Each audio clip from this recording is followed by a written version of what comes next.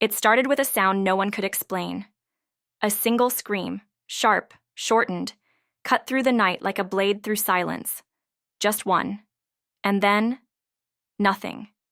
No alarm. No police sirens. No amber glow of porch lights flickering on. Nothing. In a town so small you could walk its perimeter in under an hour, you'd think a sound like that would unearth something. But here's the thing about this town. Someone is always watching. And everyone is always pretending not to. She was found 3 days later. Or what was left of her. Just outside the tree line where the town ends and the forest begins. Like someone left her there on purpose, ready to be discovered but strategically detached.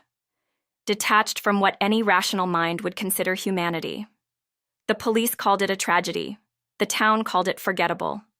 They hardly spoke of her after the first morning, not in diners, not in church, not behind the safety of closed doors. No mourning, no rage, no answers. If silence could be weaponized, this town had found the blueprint. But word travels, even if whispers are all that remain. And what started as urban legend, a woman's murder swallowed whole by a town's eerie indifference, began gaining traction elsewhere. People who didn't know her name were sharing theories, dissecting timelines, even driving hours to take photos of a patch of dirt marked only by wilting flowers. TikTok videos, Reddit threads, obsessed strangers desperate to unearth something real. But all they found was more silence. Because this wasn't an accident, this town wasn't confused. They knew. You see, this isn't the only time it's happened. Every decade, almost to the year, someone disappears. At first, it's framed like a runaway, a troubled teen, a cheating spouse, an addict relapsing into the dark.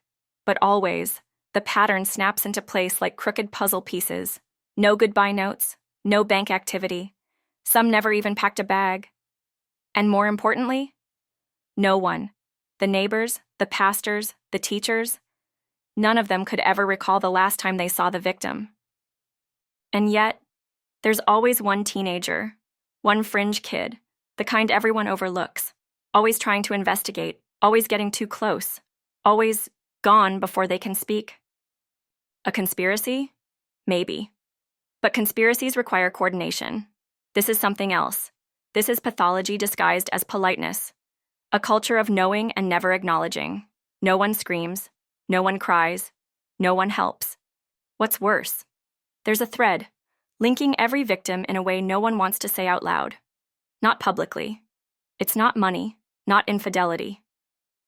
It's defiance. Every single person who vanished, who was later found or never found at all, fought the silence. They asked questions, dug into old files, approached the wrong families, even questioned the town's founding myths.